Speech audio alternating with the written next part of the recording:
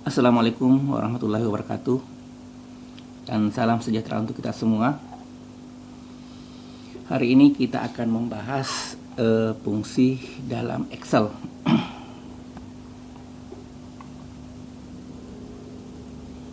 Nah, fungsi dalam Excel itu telah disediakan ya dalam proses untuk perhitungan biasanya. Nah, penulisan fungsi biasanya dilengkapi dengan argumen, baik itu berupa angka, label, rumus, alamat, sel, ataupun range. Range ini adalah apalagi namanya ya, jarak ya, atau blok sel yang telah kita akan tentukan nanti. Nah, kemudian argumen tersebut diapit oleh tanda kurung. Jadi ada tanda kurung yang mengapit argumen tersebut. Contoh misalkan untuk menjumlah dari sel A5 sampai dengan sel A10, maka kita gunakan fungsi sama dengan A5 ditambah dengan A6 ditambah A7 ditambah A8 ditambah A9 sampai dengan A10. Nah, ini akan lebih mudah kalau kita menuliskan fungsi seperti sum dalam kurung. Nah, tadi ada dalam kurung ya, A5.2 A10 balas kurung. Jadi di sini itu diasumsikan bahwa ini adalah sebuah range ya, sebuah blok. Jadi blok A5 sampai dengan A10. Jadi dia turun dari atas ya, A5 sampai turun ke A10. Nah, mungkin kalau kita contohkan seperti ini. Misalkan ada angka seperti ini ya. Nah, tadinya angka ini ada di sini ya. Nah, kemudian kita kasih perintah sama dengan sum ya, dari sini ya, titik 2 sampai di sini ya. Nah, lalu kita enter ya. Atau boleh juga dengan cara lain sama dengan sum, supaya kita tidak salah, pilih ini lalu tekan shift panah-panah bawah sampai yang mana kita mau blok atau range, sampai range mana ya. Nah, setelah itu balas kurung sama ya. Kemudian dalam Microsoft Excel itu ada dua alamat ya. Yang pertama disebut dengan alamat relatif, yang kedua disebut dengan alamat absolut ya. Jadi relatif itu tidak tetap, kalau absolut itu pasti tetap. Contoh di sini dikatakan bahwa ketika kita menuliskan sebuah rumus di sel C1, misalkan D5 ditambah dengan E5, lalu dikopikan ke C2, maka dia akan menjadi D6 dan E6 ya.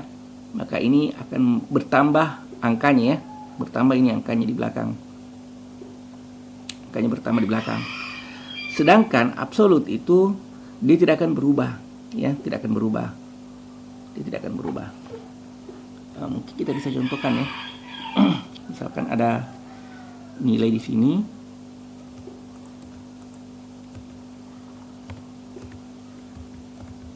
Nah, semisal kita ada rumus sama dengan ini ditambah dengan F ya. Nah, kita lihat di sini rumusnya seperti ini ya. Saya copy saja ke sebelah. Saya copy paste untuk supaya tampil rumusnya ya. Nah, ini rumus yang di sini tadi saya copy turun, Ctrl C, Ctrl V. Nah, apa yang terjadi? Perhatikan.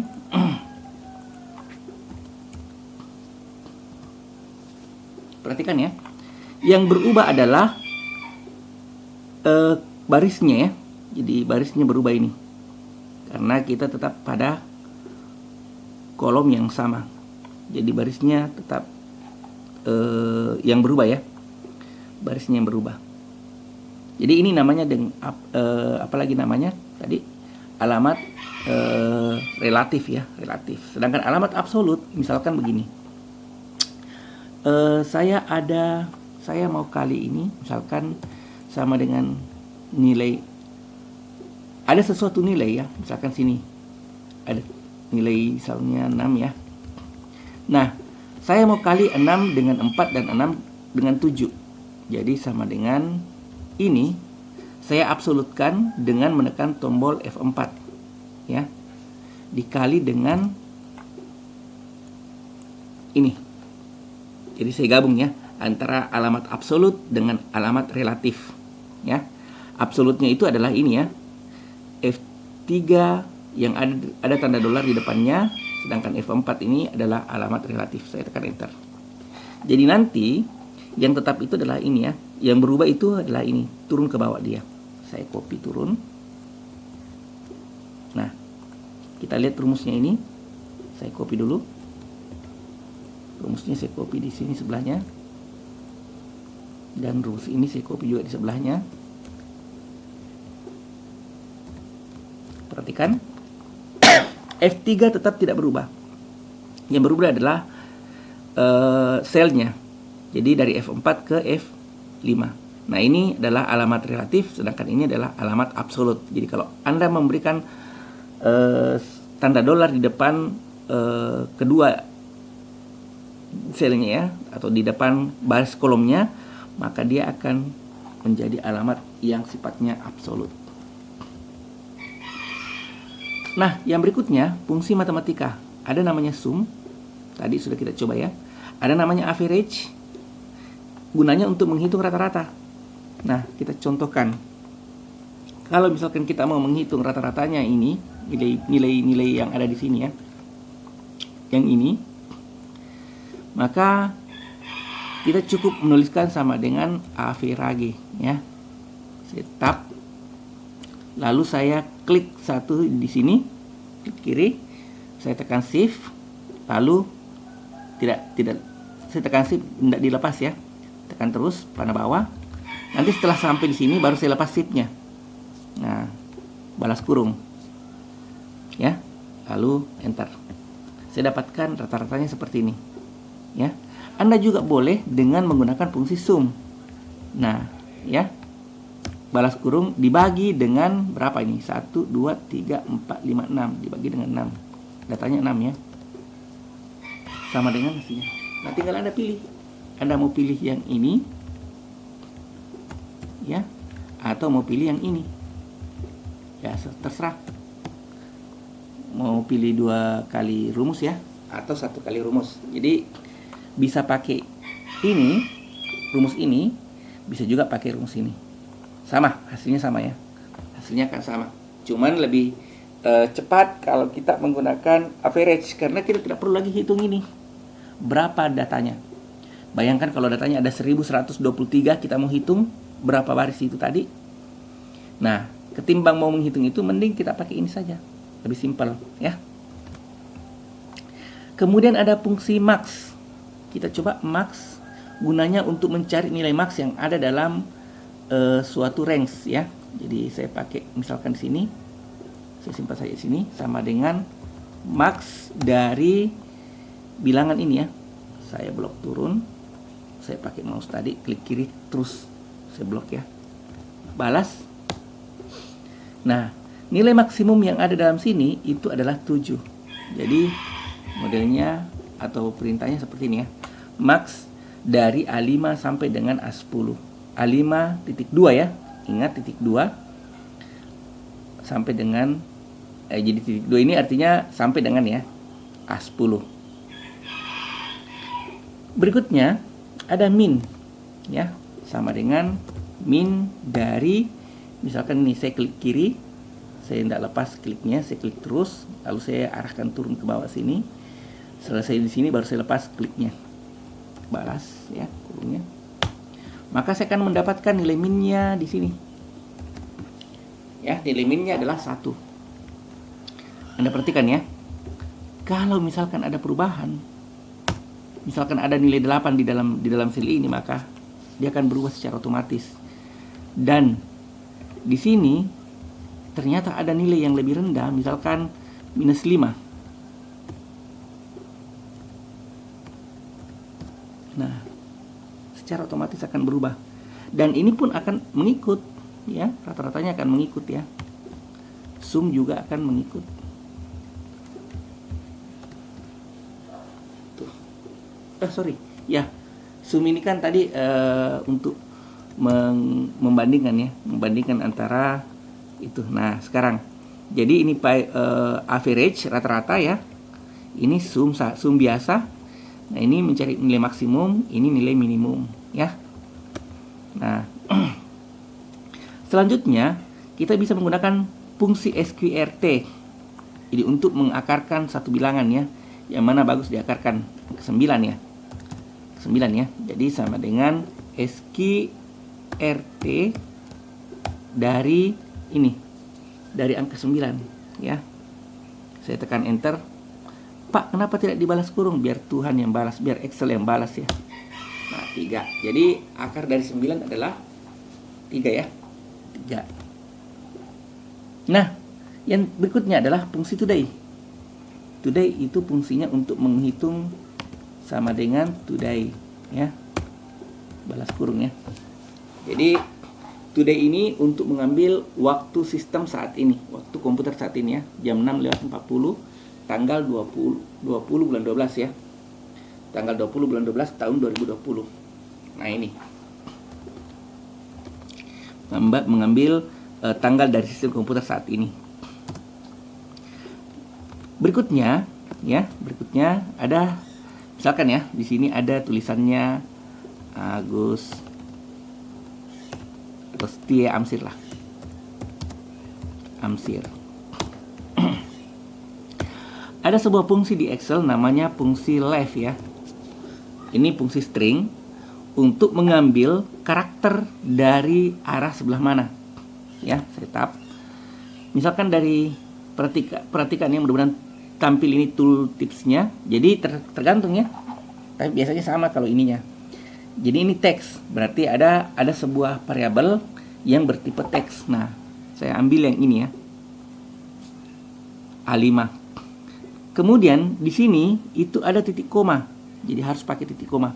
Tapi kalau di komputer Anda pakai koma, berarti Anda pakai koma ya. Tergantung dari apalagi namanya Excel kita, formatnya dia pakai titik koma atau koma. Artinya apa? Bahwa saya mau mengambil dari kiri sebuah teks yang ada di sel A5.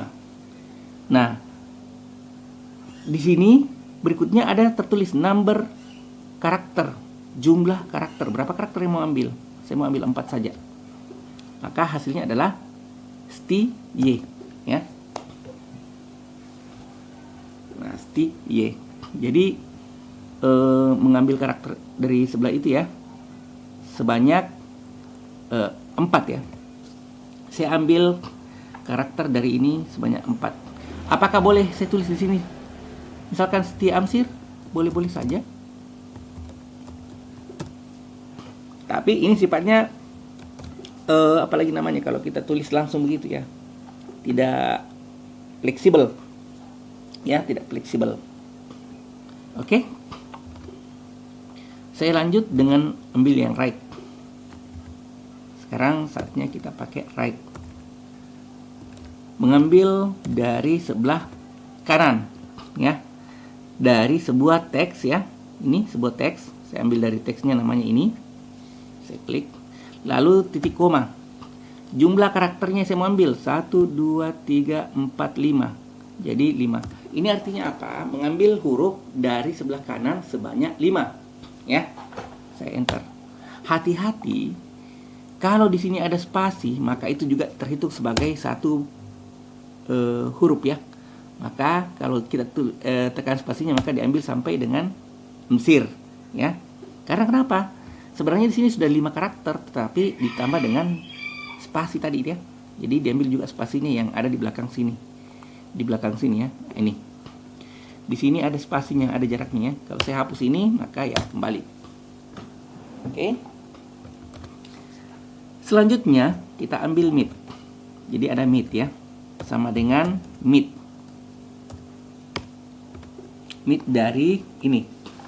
Nah, saya juga bisa mengambil kata-kata stie dengan menggunakan mid, ya. Misalkan mid dari stie Amsir atau sel A5, saya start dari 1, ya.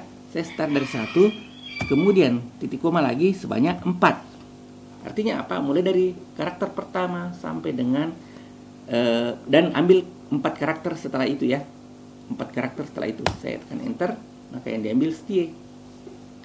Kalau saya mulai dari saya mau mengambil Amsir, berarti saya harus berhitung. Stie itu 4 huruf, spasi itu 6 huruf. Huruf ke-5. Amsir itu A-nya itu huruf ke-6. Berarti saya mulai dari huruf ke-6, ya, sebanyak 5. Jadi saya mulai huruf ke-6 sebanyak 5 karakter, ya. Maka di sini harusnya tertulis Amsir, ya. Jadi mulai dari huruf ke-6 kita berhitung 1, 2, 3, 4, termasuk spasi 5, kemudian 6. Oke, ya. Jadi seperti itu. Nah, ada juga satu lagi fungsi yang namanya lower. Itu untuk mengecilkan huruf yang ada di sini. Sama dengan lower, ya. Lower dari stie Amsir maka akan menjadi seperti ini, ya. Kemudian upper. Upper, ya, sama dengan upper dari ini, ya, karena ini kan sudah, ya, sudah kapital. Ini saja kita kapitalkan. Nah, perhatikan. Kemudian yang terakhir ada proper, sama dengan proper dari ini, proper stie Amsir. Saya tekan enter, maka hasilnya perhatikan huruf pertamanya saja yang kapital. Oke. Selanjutnya kita masuk if, ya, fungsi if. Fungsi if, misalkan ada di sini, saya tulis, ya, si A, si B, si C, si D, si E. Nilainya mungkin misalkan 85, 88, ada yang 56, ada yang 90. Nah, kita ingin memberikan keterangan mereka ini dalam kondisi lulus atau tidak, misalkan. Nah, kita pakai fungsi namanya if, ya. Fungsi if. Nah, jika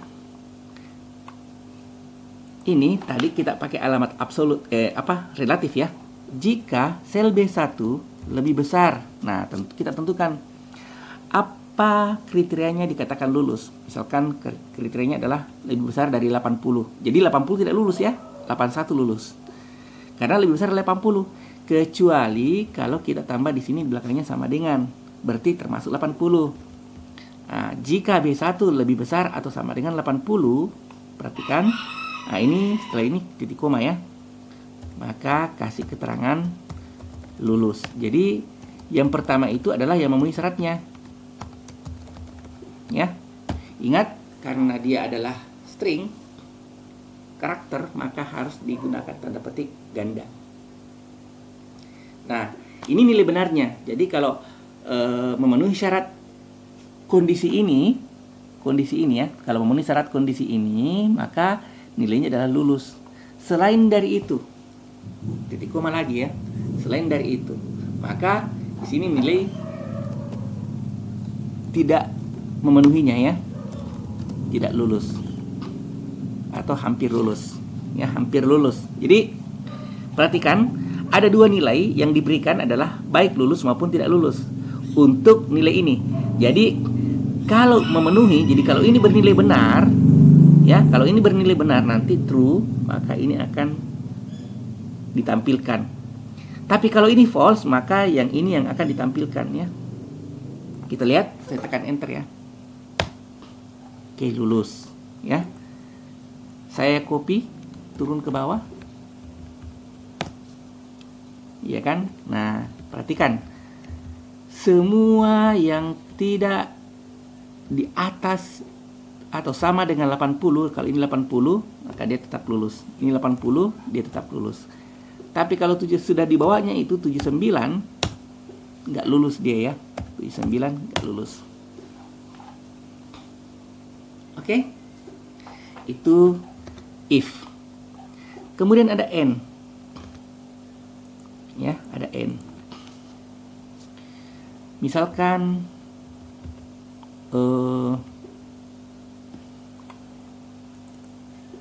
biasanya sih ya biasanya terjadi and itu kalau ada dua kondisi yang atau lebih ya yang harus dipenuhi. Karena contohnya ya, kita pakai contoh ini aja barangkali. Oke, jadi misalkan ada nilai seperti ini, sini true ya, true, false. Saya hapus ini ya. Nah, kalau saya katakan n dari ini sampai ke bawah ya, balas kurung, yang namanya n itu kalau satu salah maka tidak dinyatakan salah nih ya, pasti salah. Contoh ya. Tapi kalau or kebalikannya, satu saja benar, maka semuanya dianggap benar ya. Ini or, ini n ya. Ini or, ini n. Kapan itu bisa dipakai? Nah, misalkan begini. Kita menggunakan fungsi sama dengan if ya. Jika ini lebih besar dari 80 ya.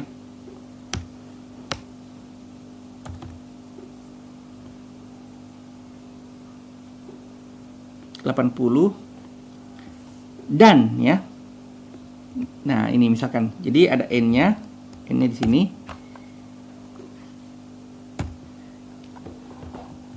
Kondisi pertama n-nya adalah n lebih besar 80 dan ini ya lebih kecil dari 100, sama dengan 100 ya. Maka ya nilainya adalah A. Nilai misalkan ini ya. Jadi karena ada range tertentu yang kita berikan. Jadi antara range 81 ya, dari 81 sampai dengan 100 itu nilainya A. Ya, selain itu misalnya nilainya B.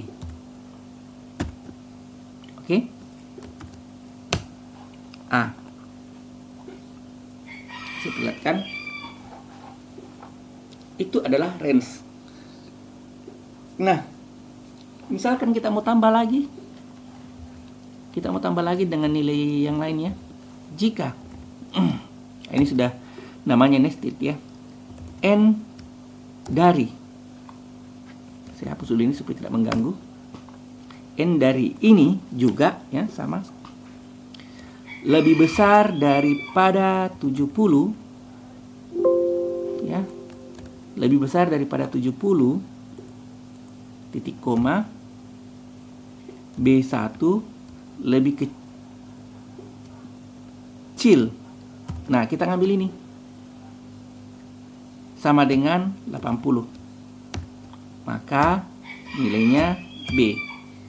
Selain itu nilainya adalah C. Nah, ini sudah panjang ya. Jadi sudah ada dua kondisi yang kita gunakan. Kemudian sudah ada tiga nilai ya. Itu tidak ada balas kurungnya tadi. Nah, kita lihat copy ke bawah.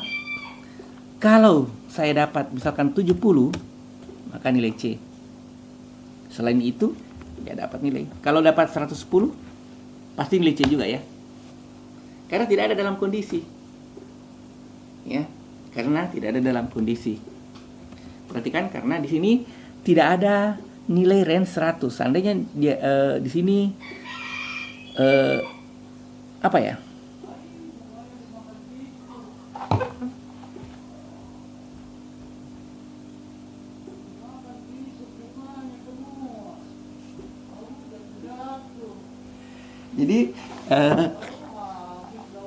Jadi ketika kita tidak memberikan satu kondisi tertentu, maka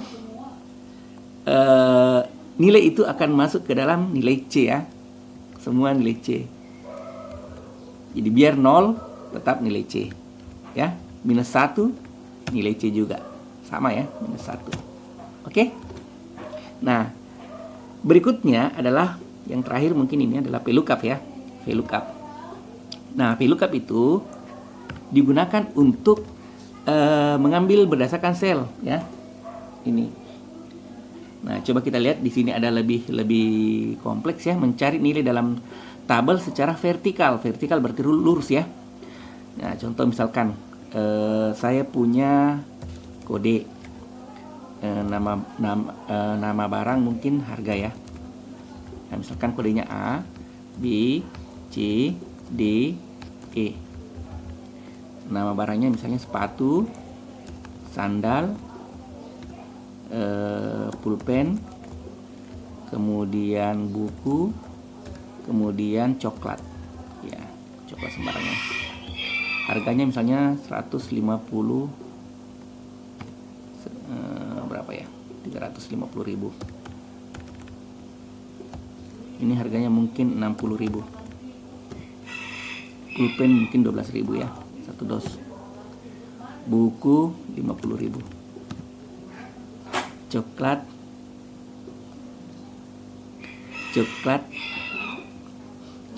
harganya misalkan 15.000. Nah, kalau misalkan saya punya tabel, jadi ini adalah tabel, kita sebut sebagai tabel sumber ya. Tabel sumber. Jadi ini kita sebut sebagai tabel sumber. Saya rubah dulu dalam 3 angka ya. Format 3 angka. Oke. Misalkan saya punya apa lagi namanya? Nomor kode barang yang dibeli, jumlah ya. Jumlahnya, kemudian bayarnya ya. Saya punya kode-kode begini. Misalkan nomor 1 ya. Kodenya dia beli A. Nah, di sini saya gunakan misalkan VLOOKUP berdasarkan ini ya. Nah, ini kode ininya, kode lagi namanya kode lookup-nya ya. Jadi ini sebagai kunci, kita ambil dari sini nanti ya. Jadi titik koma. Nah, sekarang saya blok ini turun ke bawah, saya klik. Nah, setelah saya blok ini, saya jadikan absolut supaya tidak berubah-ubah ya. Artinya ini tidak akan berubah-ubah lagi nantinya. Harusnya sih di tabel sebelahnya ya, tapi saya sengaja simpan sini supaya langsung kelihatan. Kemudian titik koma lagi. Nah, oh maaf, nanti kita tulis nama situ ya. Titik koma. Ah, kita tulis berdasarkan apa di situ? Kita mau tulis apa? Misalkan saya mau tulis nama ya. Sini harusnya nama ya. Nama. Maka berarti saya berhitung. Ini 1, 2 ya. Jadi kolom 1, kolom 2 dari tabel ini ya. 1, 2. Berarti 2. Titik koma. Saya harus pakai 0 untuk supaya dia betul-betul dia samakan ya. Perhatikan baik-baik. Jadi di pertama ini adalah kode yang kita jadikan kunci. Kemudian di sini tabel mana yang kita menggunakan sebagai referensi. Lalu yang mana mau ditampilkan. Kolom keberapa? Kolom 1, 2 ya. Berarti nanti kolom ini yang akan tampil.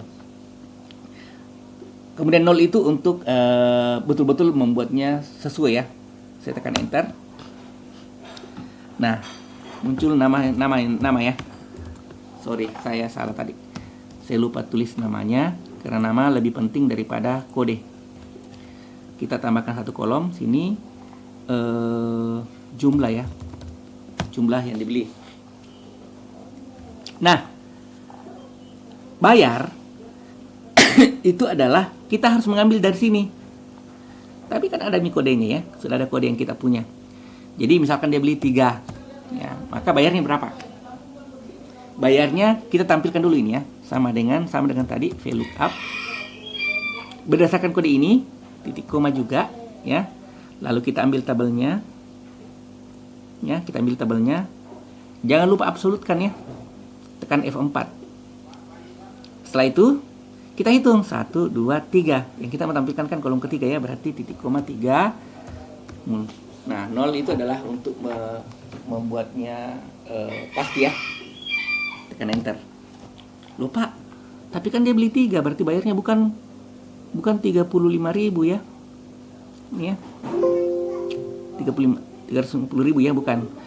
Nah, bolehnya itu di sini kita kali dia dengan ini. Ya, kita kali dengan 3. Nah, dia bayar 100.050.000 ya. Coba ganti dengan 2. Nah kan, oh ternyata bukan beli sepatu, tapi dia beli kode D ya, buku. Otomatis berubah. Nah, ketika kita ada, ini kan bisa menjadi laporan ya. Ketika kita punya seperti ini, misalnya ada lagi misalkan B. Nah ini ya, ini tinggal kita copy karena alamatnya tadi sudah ada yang absolut dan ada yang ini ya. Atau boleh juga kita coba ulang lagi sekali lagi ya, sama dengan VLOOKUP dari ini titik koma. Jadi ini tidak boleh dibuat B3 ini tidak boleh absolut ya, karena untuk memudahkan kita nanti dalam mengcopy. Nah kemudian kita ambil ini, range ini, lalu setelah itu F4. Bagaimana kalau kita terus terlanjur ini? Bagaimana caranya F4? Nah, arahkan ke sini mouse-nya, lalu tekan F4 ya. Arahkan lagi ke sini, F4 lagi. Tidak apa-apa ya. Nah, setelah itu kita tentukan yang mana mau ditampilkan di antara semua ini. Kolom keberapa? Kolom 1, 2, 3. Kolom kedua ternyata ya. Lalu 0. Coklat. Ya, coklat. Ini 3. Kita pakai lagi VLOOKUP berdasarkan ini. Lalu kita bloknya. Nah, oke. Sorry. Titik koma 0 dikali dengan ini ya. Nah, oke. Saya tekan enter, maka dapat hasilnya 45.000. Saya format printer ini aja ya. Format printer aja turun supaya lama. Nah, ketika kita copy ini turun ya, tinggal ganti mungkin jumlah. Kenapa ada yang salah? Oh, ada yang tidak ini ya. Ternyata tadi ini tidak apalagi lupa ya. F4 ini. Nah, ini juga F4. Oke ya. Kita copy turun. Nah, ternyata dia beli. Ternyata penjualan kita hari ini hanya apalagi namanya? Misalkan hanya banyakkan kita menjual buku karena musim sekolah, misalkan ya. Nah, kita sudah dapat berdasarkan apalagi namanya? Berdasarkan penjualan kita hari ini, kita sudah dapat nilai ya, nilai seperti ini. Kita bisa total ya, sama dengan sum ke sini. Oh, kita punya income hari ini 895.000 ya, berdasarkan penjualan yang kita lakukan. Misalkan ada 10 sini, bertambah lagi ya. Nah, seperti itulah pemanfaatan fungsi di Excel. Oke, saya rasa itu saja pertemuan kita untuk hari ini. Jadi ada beberapa fungsi yang kita bahas. Saya ulangi lagi secara umum ya. Yang pertama ada sum, average, max, min, QRT, today, fungsi today. Kemudian ada left, mengambil dari kiri, dari kanan, dari tengah, mengecilkan semua hurufnya, membesarkan semua hurufnya, membesarkan huruf pertamanya, mengkapitalkan huruf pertamanya dengan propet. Lalu ada fungsi if, fungsi and, fungsi or, lalu ada VLOOKUP. Oke ya. Saya rasa untuk pertemuan kita hari ini cukup. Assalamualaikum warahmatullahi wabarakatuh dan salam sejahtera untuk kita semua.